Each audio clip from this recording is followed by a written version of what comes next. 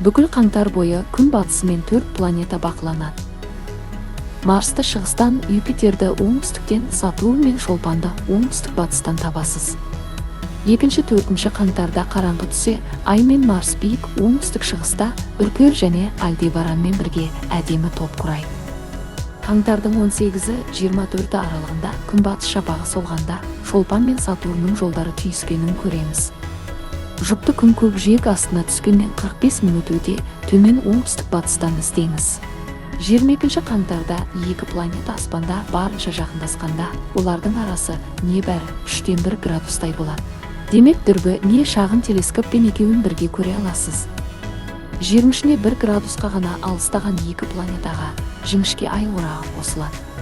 Ал 25 қаңтарда күн батқаннан 30-40 минуттан кейін оңтүстік батысқа қарасаңыз, Шолпан мен Сатурнның үстінен Юпитерден 1 градустағы айды байқайсыз.